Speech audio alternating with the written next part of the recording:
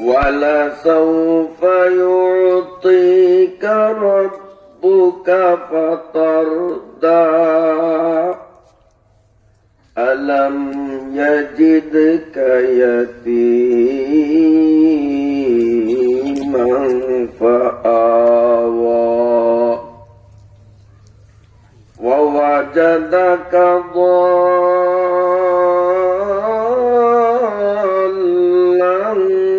فهدى ووجدك عائلا فأغنى فأما اليتيم فلا تقهر وأما السائل فلا تنهر وأما بنعمة ربك فحدث صدق الله مولانا العظيم। বরিশাল জেলার অন্তর্গত উজিরপুর থানাধীন পূর্ব ধামসর নুরানি হাফিজি মাদ্রাসা ও এতিমখানার উদ্যোগে একটানা 3 দিন ব্যাপী আয়োজিত 18তম বার্ষিক তাফসীরুল কোরআন মাহফিলের আজ 29শে ডিসেম্বর 2025 রোজ সোমবার মাহফিলের দ্বিতীয় দিনের সমাপনী পর্বের মুহতারম সভাপতি হযরত উলামায়ে কিরাম আজকের কনকনে শীতকে উপেক্ষা করে অদূর ও সুদূর থেকে আগত ধর্মপ্রাণ আমার মুসলমান ভাই ও বন্ধুরা, পর্দার আড়ালের সম্মানিতা মায়েরা, বোনেরা ও মেয়েরা, আমি আপনাদের সামনে পবিত্র কোরআনুল কারীম থেকে 11 আয়াত বিশিষ্ট ছোট্ট একটি সূরা তিলাওয়াত করেছি, যে সূরাটি আমাদের অনেকেরই মুখস্থ আছে। বিশেষত মাগরিবের নামাজে এই সূরাগুলো আমরা পাঠ করে থাকি। আল্লাহ রাব্বুল আলামিন যদি তৌফিক দান করেন, তিলাওয়াতকৃত সূরাত আদ-দুহার 11টি আয়াতের বিষয়ভিত্তিক আলোচনা পেশ করার চেষ্টা করব ইনশাআল্লাহ। প্রথমেই মহান আল্লাহ রাব্বুল আলামিনের পাক দরবারে অকপট মনে শুকরিয়া আর কৃতজ্ঞতা জ্ঞাপন করছি, যিনি আমাদেরকে মায়া করে, দয়া করে, আদর করে, ভালোবেসে কোরআনুল কারীমের মজলিসে সুস্থ সবল দেহমন নিয়ে আসা এবং বসার মতো তৌফিক দান করলেন। আলহামদুলিল্লাহ। এই সূরাটির প্রসিদ্ধ নাম সূরা-ই আদ-দুহা। তবে এর আরো একটি গৌরবান্বিত নাম রয়েছে, সূরাতুন নবী সাল্লাল্লাহু আলাইহি ওয়াসাল্লাম। আলোচ্য সূরায় আল্লাহ রাব্বুল আলামিন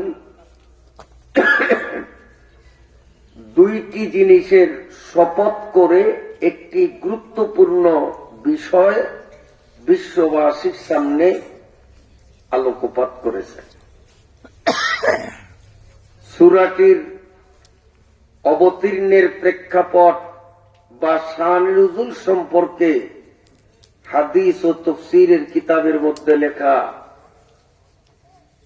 যে কোনো কারণে একটানা 11 দিন পর্যন্ত কোরআনের আয়াত বা সূরা নবীজির কাছে নাজিল হওয়াটা বন্ধ ছিল।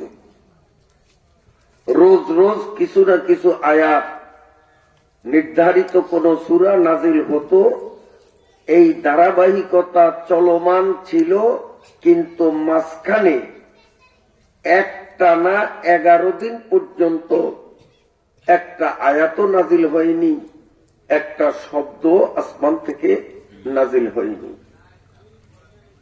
আর আসমান থেকে জিব্রাইলের মাধ্যমে কুরআনের আয়াত নাজিল না হলে নবী আলাইহিস সালাম নিজের পক্ষ থেকে বানিয়ে বানিয়ে কোনো কথাও বলতেন না। আল্লাহ নিজেই কোরআন শরীফে বলেন, ওয়ামা ইয়ানতিকু আনিল হাওয়া ইন হুয়া ইল্লা ওয়াহয়ুন ইউহা। মুহাম্মদ হরগিজ না গুপ্তা, তা না গুপ্তে জিবরাইল, জিবরাইল হরগিজ না গুপ্তে, তা না গুপ্তে রব জলিল। আল্লাহ রাব্বুল আলামিন না বলতে জিব্রাইল বলতেন না, আর জিব্রাইল না বলতে নবীজিও বলতেন না। তো বন্ধ ছিল কতদিন? 11 দিন। এই 11 দিন পর্যন্ত নবীজি নতুন কোন আয়াত সূরা শুনাইতে পারেন নাই। এই জন্য নবীর দুশ্মন মক্কার কাফির বেঈমানরা জোরালু ভাবে আমার নবীর শানে বেয়াদবি শুরু করলো। এক পর্যায়ে কেউ কেউ একথাও বলেছে যে মুহাম্মদের কাছে তার শয়তানটা এখন আর আসে না।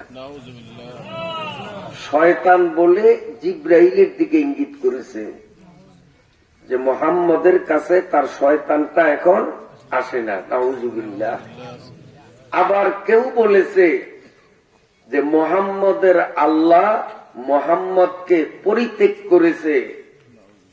আবার কেউ কেউ বলতো যে মুহাম্মদের আল্লাহর সাথে আর মুহাম্মদের সাথে শত্রুতা হয়ে গেছে। এহেন গর্হিত কথাগুলো শুনে মানুষ হিসাবে আমার প্রিয় নবী সাল্লাল্লাহু আলাইহি ওয়াসাল্লাম একটু ভগ্ন মনোরথ হয়ে পড়লেন। মনটা ভেঙে গেছে, চেহারা মলিন, দুঃখবোধ করতেছেন। আল্লাহর রসুলের মলিন মুখ এবং দুঃখ বেদনা ক্লিষ্ট হওয়া, এটা আল্লাহ রাব্বুল আলামিন সহ্য করতে পারলেন না। এজন্য কাফেরদের উক্তি খণ্ডানোর জন্য তাদের কথাগুলোকে প্রত্যাখ্যান করে আল্লাহ তাআলা 11 আয়াত বিশিষ্ট পূর্ণাঙ্গ সূরা আদ-দুহা নাযিল করেন। এই সূরা নাযিলের মাধ্যমে একদিকে মুহাম্মদুর রাসূলুল্লাহ সাল্লাল্লাহু আলাইহি ওয়াসাল্লামকে সান্ত্বনা প্রদান করা হয়েছে, অন্যদিকে শরীয়তের গুরুত্বপূর্ণ কিছু বিধিমালাও এর মাধ্যমে নবীজিকে জানিয়ে দেওয়া হয়েছে। সূরার শুরুতে আল্লাহ দুইটি জিনিসের নাম নিয়ে শপথ করলেন। এখানে একটি মাসআলা আমাদের বুঝতে হবে। কসম করা, শপথ করা, ইরা করা আমাদের জন্য বিধান। একমাত্র কসম বা শপথ হবে আল্লাহর নামে। আল্লাহর নাম ছাড়া গায়রুল্লাহর নামে, আল্লাহ ছাড়া অন্য কোন সৃষ্টির নামে শপথ করার বৈধতা আমাদের জন্য নেই। এটা আমাদের শরীয়তের আইন। কিন্তু আল্লাহ রাব্বুল আলামিন তো শরীয়তের ঊর্ধ্বে, তিনি তো শরীয়ত পালনে বাধ্য নন। শরীয়ত পালনে বাধ্য হলাম আমরা। এজন্য আল্লাহ রাব্বুল আলামিনের একচ্ছত্র অধিকার, তিনি ছোট হোক, বড় হোক, মাঝারি হোক, যে কোনো জিনিসের নামে শপথ আল্লাহ করতে পারে। আর আমরা যদি শপথ করতে হয় তো একমাত্র আল্লাহর নামেই শপথ করব। আল্লাহর নামে শপথ করলাম আমি এই কাজ করব, বা আল্লাহর নামে শপথ করলাম আমি এই কাজ করব না, আমরা এবার বলতে হবে। অন্য কারো নামে কোন পীর, আউলিয়া, নবী, গাউস, কুতুব, নিজের সন্তান, নিজের মাতা পিতা, কারো নাম নিয়ে কসম করার সুযোগ ইসলামী শরীয়ত আমাদেরকে দেয় নাই। তো কসম সাধারণত করা হয় কেন? মূল বক্তব্য যেটি সামনে আসবে সেই কথার মধ্যে দৃঢ়তা এবং জোর সৃষ্টি করার জন্য শুরুতে কসম করা হয়। খোদার কসম, আল্লাহর কসম, আমি এই কাজ করব। মূল বক্তব্য হলো আমি এই কাজ করব, আমি এই কাজ করব। এই কথাটার মধ্যে দৃঢ়তা, মজবুতি বুঝানোর জন্যই শুরুতে আমি কসম করলাম। তো আল্লাহ এখানে সামনে মূল বক্তব্য দিবেন, মা ওয়াদ্দাআকা রাব্বুকা ওয়া মা ক্বালা। এটা হলো আল্লাহর মূল বক্তব্য। কাফেরদের গর্হিত কথার প্রতি উত্তর, তাদের কথার প্রত্যাখ্যান মা ওয়াদ্দাআকা রাব্বুকা ওয়া মা ক্বালার মাধ্যমে আল্লাহ করবেন। তো মা ওয়াদ্দাআকা রাব্বুকা ওয়া মা ক্বালার মধ্যে জোর সৃষ্টি করার জন্য, দৃঢ়তা বুঝানোর জন্য আল্লাহ প্রথমে দুটি জিনিসের শপথ করলেন, ওয়াদ-দুহা ওয়াল-লাইলি ইযা সাজা। এক নম্বর কসম ওয়াদ-দুহা, দিনের শপথ, ওয়াল-লাইলি এবং রাত্রের শপথ, ইযা সাজা যখন সে অন্ধকার ছেয়ে দেয়। এখানে দিনের এবং রাতের, অন্ধকারচ্ছন্ন রাতের কসম করে, শপথ করে আল্লাহ এবার মূল বক্তব্য বলেন, মা ওয়াদ্দাআকা রাব্বুক, ও মুহাম্মদ, ওরা যে যাই বলুক আপনি সেদিকে কান দেবেন না, আপনি সেই কথাকে হিসাবে আনবেন না। আমি আল্লাহ আপনাকে ক্লিয়ার জানাইলাম কসমের মাধ্যমে, মা ওয়াদ্দাআকা রাব্বুক, আপনার প্রভু আপনাকে পরিত্যাগ করেন নাই, ওয়া মা ক্বালা, এবং আপনার প্রভু আপনার সাথে শত্রুতাও পোষণ করেন নাই। সুবহানাল্লাহ। কার কসম করে বললেন আল্লাহ? দিনের, রাতে। এখানে এই সূরার মধ্যে কসম করেছেন দিনের, রাতের। এর আগের যে সূরা, ওয়াল-লাইলি ইযা ইয়াগশা ওয়ান-নাহারি ইযা তাজাল্লা ওয়া মা খালাকায-যাকারা ওয়াল-উনসা ইন্না সা'য়াকুম লাশাত্তা, এর আগের সূরা। সেই সূরার মধ্যে একটা বিশেষ মূল বক্তব্য প্রদানের আগে আল্লাহ তিনটা জিনিসের নামে শপথ করেছেন। সেই তিনটার মধ্যে প্রথমোক্ত দুইটা হলো রাত দিন। সেখানে কিন্তু রাত আগে, ওয়াল-লাইলি আগে, ওয়ান-নাহারি তারপরে, লাইল অর্থ রাত, নাহার অর্থ দিন। তো আগের সূরার মধ্যে রাতের কসম আগে, দিনের কসম পরে। আর এই সূরার মধ্যে, সূরা ওয়াদ-দুহার মধ্যে দোহার কসম, দোহা অর্থ দিন, দিনের কসম আগে, রাতের কসম পরে। কারণটা কি? কারণটা হলো আগের সূরাটা নাজিল হয়েছে হযরতে আবু বকর সিদ্দিক রাদিয়াল্লাহু তাআলা আনহুকে কেন্দ্র করে। আর আবু বকর সিদ্দিক রাদিয়াল্লাহু তাআলা আনহু ইসলাম গ্রহণের পূর্বে তিনি গুমরাহির অন্ধকারে ছিলেন।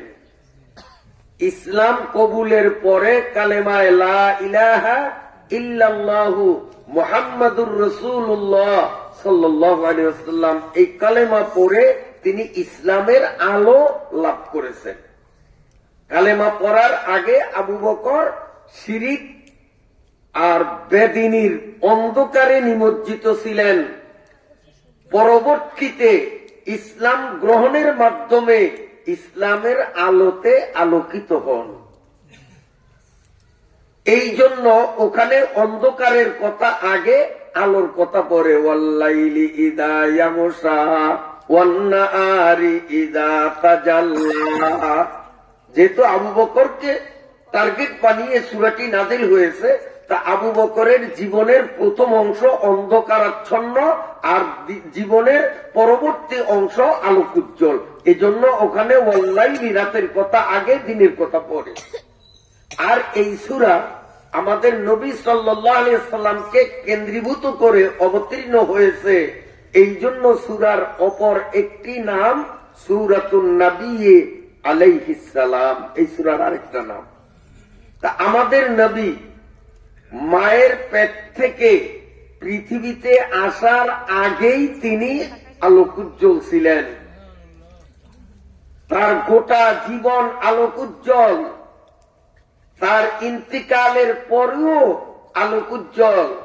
এই জন্য নবী কেন্দ্রিক যেই সূরা, এই সূরার মধ্যে দিনের কসম আগে করলেন, আলোর কথা আগে আনলেন। এক কারণ।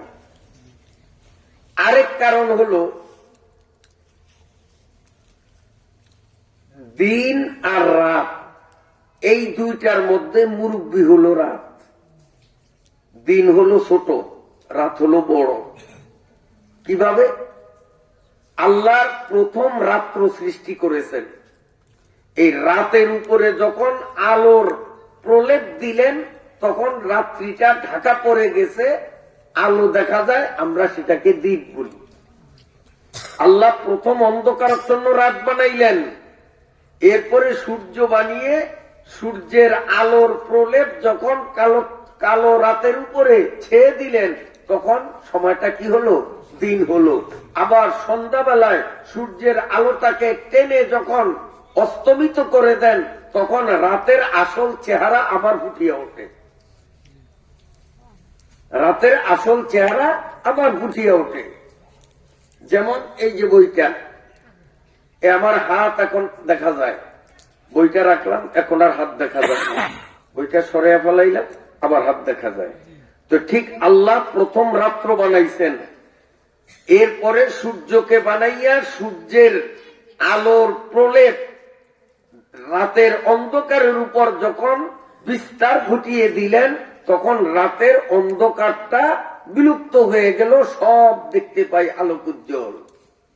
আবার যখন দিনটাকে সরিয়ে নেওয়া হয়, তখন রাতের আসল অবস্থা আবার আমাদের চোখের সামনে ভেসে ওঠে। তো যেহেতু জন্মের দিক থেকে রাত হলো মুরব্বী, দিন হলো তার তুলনায় শিশু, এই জন্য মুরব্বীকে সম্মান করা এটা নৈতিকতার দাবি। এই জন্য ওয়াল্লাইলি ইযা ইয়াগশা ওয়ান-নাহারি ইযা তাজাল্লা, রাতের কথা আল্লাহ আগে বলে, দিনের কথা পরে বলে গোটা দুনিয়ার মানব জাতিকে বুঝাইলেন, তোমার থেকে যে বড় হবে, বয়সে বড় হোক অথবা কর্মের পদমর্যাদা বলে বড় হোক, কিংবা শিক্ষা দীক্ষায় তোমার থেকে বড় হোক, কিংবা অর্থ বলে বড় হোক, যে তোমার থেকে বড়, বড়কে তুমি সম্মান দিতেই হবে। এটা বুঝেছিল এখানে। আবার যদিও রাত মুরব্বী বড়, সেই বিবেচনায় আগের সূরার মধ্যে রাতকে আগে আনছেন, কিন্তু এই সূরার মধ্যে দৃষ্টিভঙ্গি অন্যটা। রাত আর দিন এই দুইটাকে নিয়ে যদি পর্যালোচনা করি, রাতের তুলনায় এক দৃষ্টি থেকে দিন ভালো, কারণ দিনে কোনো জিনিস দেখতে আমাদের টর্চলাইট ব্যবহার করা লাগে না। দিনে যদি মাহফিল হতো, এতগুলো লাইটিং এর প্রয়োজন হতো না, বিনা লাইটেই শুধু মাইক হইলেই চলতো। অতএব রাত্রে আমাদের অনেক ঝামেলা পোহাইতে হয়, দিনের বেলায় অনেক ঝামেলা থেকে নিজেরা মুক্ত থাকি, এই দিক বিবেচনা করলে যদিও দিন রাতের থেকে ছোট, রাত যদিও মুরব্বী, কিন্তু গুণ গরিমার দিক থেকে রাতের থেকে দিন মর্যাদা সম্পন্ন। এই দিক বিবেচনা করিয়া সূরা দোহার মধ্যে আল্লাহ আগে দিনের কসম তারপরে রাতের কসম করেছে। কোন কোন মুফাসসিরে কেরাম বলেন দোহা শব্দের শাব্দিক অর্থ হলো দিন, কিন্তু এই সূরার মধ্যে দোহার শাব্দিক অর্থ উদ্দেশ্য নয়, রূপক অর্থে দোহার দ্বারা বোঝানো হয়েছে আমার প্রিয় নবী সাল্লাল্লাহু আলাইহি ওয়াসাল্লামের চেহারা। লাইল শব্দের শাব্দিক অর্থ হলো রাত, কিন্তু এই সূরার মধ্যে রাত বলে এই রাতকে দিনের বিপরীত রাতকে বোঝানো হয়নি। এই সূরার মধ্যে রাত বলে আমার প্রিয় নবী সাল্লাল্লাহু আলাইহি ওয়াসাল্লামের মাথার চুল এবং মুখের দাড়িগুলি বোঝানো হয়েছে। লানা শামসু ওয়ালিলা ফাকে শামসুন, লানা শামসুন ওয়ালিল আফাকে শামসুন ওয়া শামসি তাতলাউ বাদাল ইশাই। আমার নবীর চেহারা এত উজ্জ্বল ছিল, ফকফকে ছিল। হযরতে আয়েশা সিদ্দিকা রাদিয়াল্লাহু তাআলা আনহা বলেন, একদিন সন্ধ্যাবেলায় আমি কাপড় সেলাই করতেছিলাম, হঠাৎ হাত থেকে ছোট সুইটা মাটিতে পড়ে যায়। বাতির তৈ ফুরিয়ে গেছে, বাতি নিভে গেছে। এখন আমি সুইটাকে খুঁজে বের করতে পারি না অন্ধকারজনিত কারণে। আমি অপেক্ষায় ছিলাম আমার নবী দিনের দাওয়াত সেরে কখন বাড়িতে ফিরবেন। রাত গভীরে আমার দিনের নবী দাওয়াতি কার্যক্রম শেষ করে যখন আমার গৃহে প্রবেশ করলেন, আল্লাহর নবীর মুখের উজ্জ্বলতার আলোতে আমার হারানো সুই আমি বের করেছি। ওয়াদ-দুহা ওয়াল-লাইলি ইযা সাজা মা ওয়াদ্দাআকা রাব্বুকা ওয়া মা ক্বালা। এবার অর্থ দাঁড়াবে, ও নবী আপনার উজ্জ্বল মুখমণ্ডলের কসম করে বললাম, আপনার মাথার চুল এবং এই দাড়ির কালত্বের কসম করিয়া আমি বললাম, মা ওয়াদ্দাআকা রাব্বুক, আপনার প্রভু আপনাকে বর্জন করেননি, ছেড়ে দেননি, ওয়া মা ক্বালা, এবং আপনাকে তিনি শত্রু বানাননি, বরং আপনি আল্লাহর কাছে এত প্রিয় যে আল্লাহ আপনার চেহারা এবং চুলের শপথ করেছে। সুবহানাল্লাহ, সুবহানাল্লাহ। কোন কোন মুফাসসিরিনে কেরাম বলেন আদ-দুহা আর আল-লাইল শব্দের দ্বারা নবীজির চেহারা বা চুল অথবা দিন বা রাত উদ্দেশ্য নয়। এখানে আদ-দুহা বলে ওই সমস্ত সময়গুলোর দিকে ইঙ্গিত করা হয়েছে যেই সময়গুলোতে কোরআনের আয়াত নাযিল হয়েছে। আল-লাইল দ্বারা ওই সময় অর্থাৎ 11টা দিন বুঝানো হয়েছে, যেই 11টা দিনের মধ্যে কোরআনের আয়াতের আলো নাযিল হয়নি। কোরআন শরীফের আয়াত যেই টাইমগুলোতে দিন হোক কিংবা রাত, যেই সময়ের মধ্যে কোরআনের আয়াতগুলো নাজিল হয়েছে, আদ-দুহা বলে সেই দিনগুলো উদ্দেশ্য। আল-লাইল মানে রাত, রাত বলে ওই দিনগুলি উদ্দেশ্য যেই দিনগুলিতে কোরআন নাজিল হয়নি। তার কারণ কোরআন হলো আলো, আর কোরআন থেকে দূরে থাকা এটা হলো অন্ধকারে নিমজ্জিত থাকা।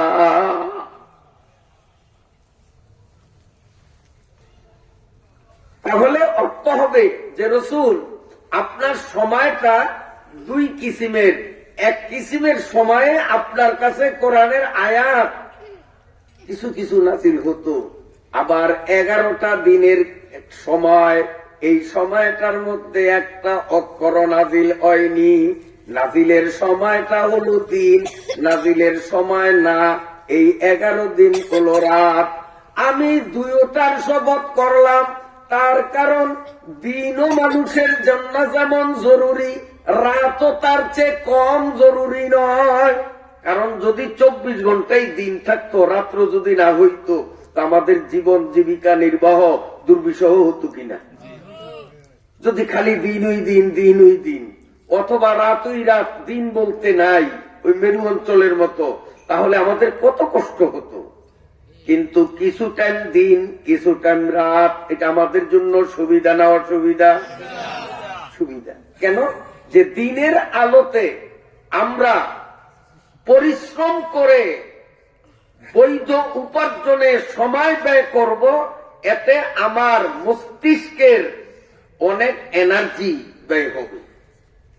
এইভাবে যদি 24 ঘন্টাই যদি দিন থাকে আর 24 ঘন্টাই যদি আমরা পরিশ্রম করে উপার্জন করার জন্য ব্যস্ত থাকি, তো আমাদের মস্তিষ্কের এনার্জি কমতে কমতে কমতে কমতে এনার্জি শূন্য হয়ে এক সময় আমরা পাগলের খাতায় নাম দিতাম, পাবনায় ভর্তি হওয়া লাগতো। এই জন্য আল্লাহ রাব্বুল আলামিন 24টা ঘন্টাকে আল্লাহ 2টা ভাগে বিভক্ত করেছেন। কিছু টাইমকে আল্লাহ দিন বানিয়েছেন, যেই দিনের মধ্যে মানুষ তার এনার্জি ব্যয় করে শক্তি মতো উপার্জন করবে। আবার এই 24 ঘন্টার অপর একটা অংশকে রাত বানাইলেন। এই রাতের মধ্যে মানুষ নিদ্রায় যখন বিভোর হইয়া থাকবে, আবার নতুন করে তখন তার মস্তিষ্কে একটু একটু করে এনার্জি সঞ্চয় হতে থাকবে। অতএব দিন যেমন মানুষের জন্য জরুরি, রাতও মানুষের জন্য জরুরি। ও রাসূল, কোরআন নাজিলের টাইমটাও আপনার জন্য যেমন ভালো, কিছুদিন আপনাকে কোরআন নাজিলের থেকে দূরে রেখে আপনার বিশ্রামের ব্যবস্থা করে রাতের মতো বানিয়ে দেওয়া, এটাও আপনার জন্য উপকারী। ওয়াদ-দুহা ওয়াল-লাইলি ইযা সাজা মা ওয়াদ্দাআকা রাব্বুকা ওয়া মা ক্বালা। আল্লাহ যেমন দিন রাত দুইটাকে মানুষের কল্যাণকর বানিয়েছেন, আপনার কাছে ওহী পাঠাবো কি পাঠাবো না, এটাকেও আবার ভাগ করে কিছু সময়ের মধ্যে যখন তখন ওহী পাঠাই। আবার 11 দিনে একটা অক্ষর দিলাম না। দুইটাই মনে করেন রাত আর দিনের মতো আপনার জন্য উপকারী। কাফেররা আপনাকে যাই বলুক, এতে আপনি মন খারাপ করবেন না। যখন আপনার কাছে ওই শিবানী কোরআনের আয়াত অবতীর্ণ হবে, তখন আপনি দাওয়াত দিবেন। আবার যখন না আসে, তখন নতুন দাওয়াত দেবেন না, পিছনের গুলো দাওয়াত দেবেন। ওয়ালাল আখিরাতু খায়রুল লাকা মিনাল উলা। আল্লাহ বলেন, ও নবী, গোটা দুনিয়ার মানুষ আর আপনি অনেক ব্যবধান।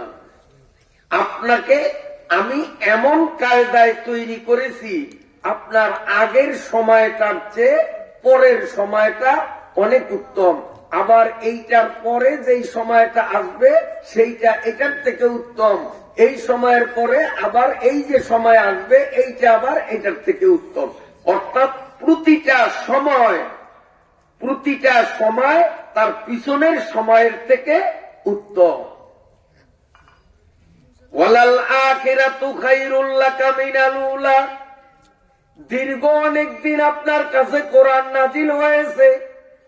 এই সময়টা আগের তুলনায় যখন কোরআন নাজিল ছিল না, হেরা পর্বতের গুহায় বসে আপনি ধ্যান করতেন। উতার কর হেরা সে সোয়ে কওমে আয়া और एक नुस्खाए कीमिया साथ लाया ও নবী, কোরআন যেদিন হেরা পর্বতের গুহায় নাজিল হয়েছে, তার আগে আপনার কাছে কোরআনের কিচ্ছু নাজিল হয় নাই।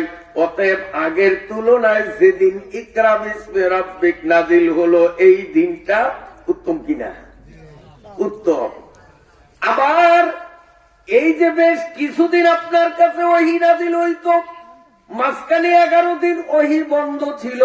যেই কয়দিন ওহী নাজিল হয়েছিল, ওই দিনগুলোর তুলনায় এই 11 দিন আপনার জন্য অনেক মঙ্গলজনক, অনেক মঙ্গলজনক, অনেক ভালো।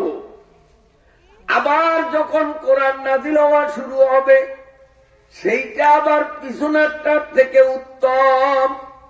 আপনার কবর দেশে যাওয়া পর্যন্ত গোটা জীবনটাকেই আমি আল্লাহ এমন স্পেশাল নিয়মে তৈরি করেছি, ওয়ালাল আখিরাতু খায়রুল লাকা মিনাল উলা। আপনার প্রতিটা সময় তার পেছনের সময়টার থেকে উত্তম। কাজী 11 দিন ওহী বন্ধ, এর জন্য ওরা যাই বলুক আপনি মন খারাপ করবেন না, এইটাও আপনার জন্য উত্তম। আবার কোন মুফাসসিরিনে কেরাম বলেন, ওয়ালাল আখিরাতু খায়রুল লাকা মিনাল উলা। আখিরাত মানে মৃত্যু পরবর্তী জীবন, কবর, হাসর, পুলসিরাত, জান্নাত, আখিরাত এটা। আর উলা অর্থ পার্থিব জীবন, দুনিয়ার জীবন। তাহলে আয়াতের অর্থ দাঁড়াবে ওয়ালাল আখিরাতু খায়রুল লাকা মিনাল উলা। ও নবী, আজকে কাফিররা, আপনার দুশমনরা, টাকা পয়সায়, জনবলে, রাষ্ট্রীয় ক্ষমতায় শক্তিশালী হওয়ার কারণে আপনাকে নিয়ে তিরস্কার করে, আপনার বিরুদ্ধাচরণ করে, আপনার উপরে অনেক নেককারজনক আচরণ তারা করে। আমি আল্লাহ আপনারে জানাইয়া দিলাম, আপনার জন্য আমি দুনিয়াটাকে অত মঙ্গলজনক বানাই নাই, আখিরাতকে যত বেশি মঙ্গলজনক বানাইলাম। দুনিয়াতে আপনি ওদের তিরস্কারের পাত্র হবেন, কিন্তু আখিরাতে ওরা আপনার তিরস্কারের পাত্র হবে চিরকালের জন্য। ওরা তিরস্কার করবে আপনাকে ক্ষণিকের জন্য, যেই কদিন বাঁচিয়ে আছেন, কিন্তু মৃত্যু পরবর্তী জীবনে অনন্ত অনাদিকাল ওরাই হবে তিরস্কারের পাত্র, আপনি না। ওয়ালাল আখিরাতু খায়রুল লাকা মিনাল উলা। দুনিয়ার জীবন সুখে হোক দুঃখে হোক এটা শেষ হয়ে যাবে, কিন্তু আখিরাতের জীবনে আপনার সুখ আর সুখ, ওই জীবনে দুঃখের কোনো চিহ্ন আসবে না। আর বেঈমান গুলোর দুনিয়ার সুখ দুঃখ বিজড়িত থাকবে, আখিরাতে তাদের শুধু দুঃখ আর দুঃখ, সুখের চিহ্ন তারা দেখবে না।